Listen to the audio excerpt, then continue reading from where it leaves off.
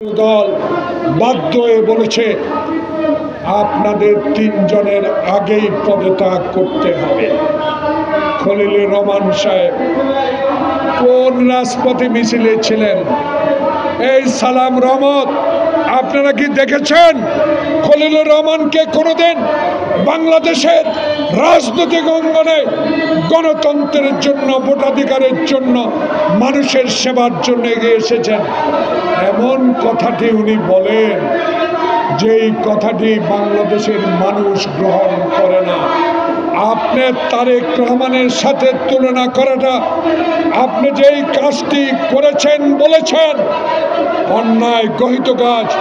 তারেক রহমান স্বাধীনতার ঘোষকের সন্তান, তারেক রহমান সেক্টর কমান্ডারের সন্তান, তারেক রহমান বাংলাদেশের সাবেক সেনা প্রধানের সন্তান, তারেক রহমান বাংলাদেশে বহুদলীয় গণতন্ত্রের প্রবক্তার সন্তান, তারেক রহমান আপসের নেত্রী খালেদা জিয়ার সন্তান। তার সাথে তুলনা করে আমাদেরকে মনে কষ্ট দিয়েছেন। আপনার অহংকার আপনার কাছে থাকুক। বাংলাদেশের রাজনীতির ইতিহাসে জাতীয়তাবাদী শক্তি যে আন্দোলন সংগ্রামের মধ্য দিয়ে বাংলাদেশের মানুষের অধিকার প্রতিষ্ঠার জন্য আজও টিকে আছে, তারই ভারপ্রাপ্ত চেয়ারম্যানকে আপনি যে তুলনা করেছেন, অবিলম্বে আপনার এই কথা প্রত্যাহার করে নিতে হবে। বন্ধুগণ, দেশে যেন একটু অস্থিরতা লক্ষ্য করা। এই অস্থিরতার মূল হোতা কারা? এই অস্থিরতার সৃষ্টি কারা করছেন? কারা নির্বাচনকে দেরিতে করতে চাচ্ছেন?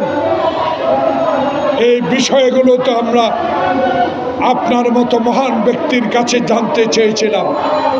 আপনি নাকি বলেছেন জুলাইতে নির্বাচন হবে। জুলাই হবে না, ডিসেম্বরে হবে।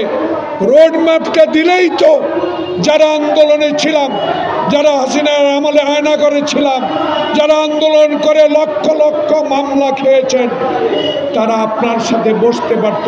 কিন্তু এখনো তো নির্বাচনের ম্যাপটা ঘোষণা করলেন না।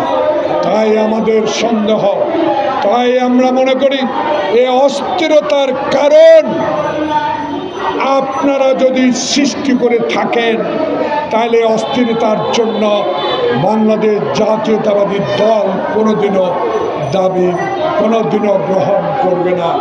এই দোষ আমাদের না, এই দোষ আমাদের ঘাড়ে দিতে পারবেন না। কারণ আমরা তো আপনার কাছে নির্বাচন চাই। সংস্কার করেন, এমন সংস্কার করেন না যে সংস্কারের মধ্য দিয়ে করিডোর হবে, চট্টগ্রামের বন্দর অন্যের হাতে চলে যাবে। এমন সংস্কার করেন না যে সংস্কারের মধ্যে দিয়ে ষড়যন্ত্রকারীরা নির্বাচনকে বিলম্বিত করে আপনাকে অস্থির করে তুলবে। তাই আপনি অস্থিরতা কাটাতে হলে আপনাকেই অচিরে, আজকে কালকে পরশুর মধ্যে হলেও আপনাকে নির্বাচনের তফসিল ঘোষণা করতে হবে। বন্ধুগণ, আজকে আমরা রাস্তায় যেতে চাই। আমরা রাস্তায় ছিলাম। আপনি যদি এই অস্থিরতার কারণে এই নন্দিত লোকটি নিন্দিত হয়ে বিদায় নেন, আমরা মনে কষ্ট পাব।